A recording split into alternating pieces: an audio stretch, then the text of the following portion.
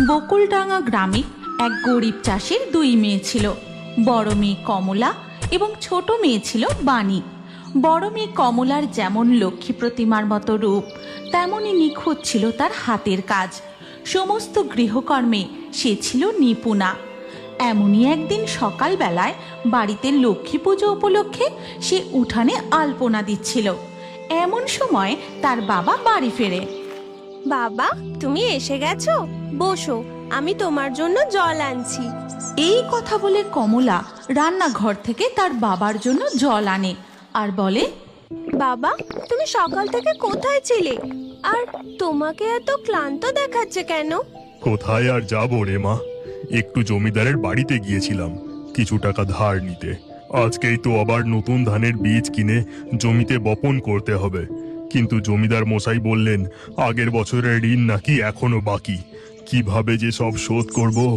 তুমি কোনো চিন্তা করো না বাবা, দেখো এবছরও সোনার ফসলে আমাদের জমি একেবারে ভরে উঠবে। তা তো আমি জানি রে মা, তুই যে আমার ঘরের লক্ষ্মী।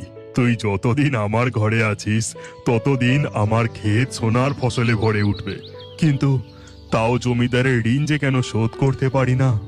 ঠিক তখনই গ্রামের মৃদুল কাকা আর শেফালি কাকি তাদের বাড়িতে আসে। ও কমলা, আমাদের বাড়ি চল মা, পুজোর সব জোগাড় হয়ে গেছে, তুই খালি গিয়ে আলপনাটা দিয়ে আসবি। বলি কমলা মা, তারপর আমার সাথে আমার জমিতে যাবি? জমিতে প্রথম বীজটা যে আমি তোর হাত দিয়ে বসাতে চাই। তুই যে খুব পয়মন্ত। তুমি যে কি বলো না মৃদুল কাকা, ঠিক আছে চলো। এরপর কমলা তাদের সাথে চলে যায়।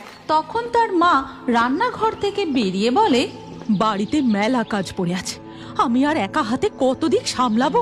কমলা ওদের সাথে চলে গেল, আর বাণী সকাল থেকে কোথায় ঘুরছে কি জানি। আজ ফিরুক বাড়িতে, ওর একদিন কি আমার একদিন। এদিকে তখন দেখা যায় বাণী গ্রামের মাস্টার মশাইয়ের বাড়িতে। ও বানি, অঙ্কগুলো হলো তোর? এই হচ্ছে বাণী, যার লেখাপড়ার শখ প্রবল। যেমন তুখর তার বুদ্ধি, তেমনি সুন্দর তার গানের গলা। বাণী প্রত্যেকদিন লুকিয়ে মাস্টার মশাইয়ের বাড়ি আসে লেখাপড়া শিখতে আর গানের রেওয়াজ করতে। মাস্টার মশাই, আমার এই অঙ্কগুলো হয়ে গেছে, এবার কি করব? ঠিক আছে, বেশ, আজ তোকে একটা নতুন পদ্ধতিতে অঙ্ক শেখাবো। না না মাস্টার মশাই, আজ থাক, সেই কোন সকালে বাড়ি থেকে বেরিয়েছি, এখন না বাড়ি ফিরলে আমার পিঠে বেতের বাড়ি পড়বে। আমি বরং কালকে এই অঙ্কগুলো শিখে নেব, আর আপনার ওই মোটা মোটা ইংরাজি বইগুলো কালকে ওই বইগুলো পড়াবেন। আমি এখন আসি মাস্টার মশাই। এই কথা বলে বাণী সেখান থেকে দৌড়ে পালিয়ে যায়। পাগল মেয়ে একটা।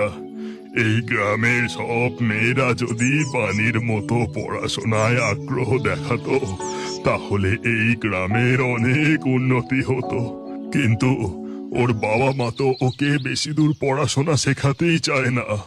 ঠিক তখন বাণী পা টিপে টিপে বাড়িতে ঢোকে আর গিয়ে বাবার গলাটা পিছন থেকে জড়িয়ে ধরে। তুই এসে গেছিস মা? সকাল থেকে তুই কোথায় ছিলিস বলতো? এদিকে তোর মা যে খুব রেগে আছে। আমি মাস্টার মশাইয়ের বাড়ি ছিলাম বাবা। জানো বাবা, আজ আমি অনেক কিছু শিখেছি। তাই নাকি? কিন্তু মা, তুই যে এত লেখাপড়া শিখছিস, এসব শিখে কি করবি বলতো? কেন, চাকরি করব?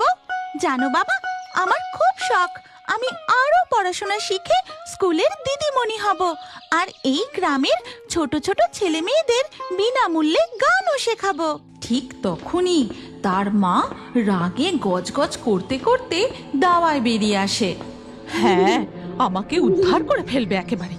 ঘরের কাজ না শিখে উনি চাকরি করবেন, এমন ধিঙ্গিপোনা করলে না কেউ তোকে ঘরে তুলবে না, বুঝলে?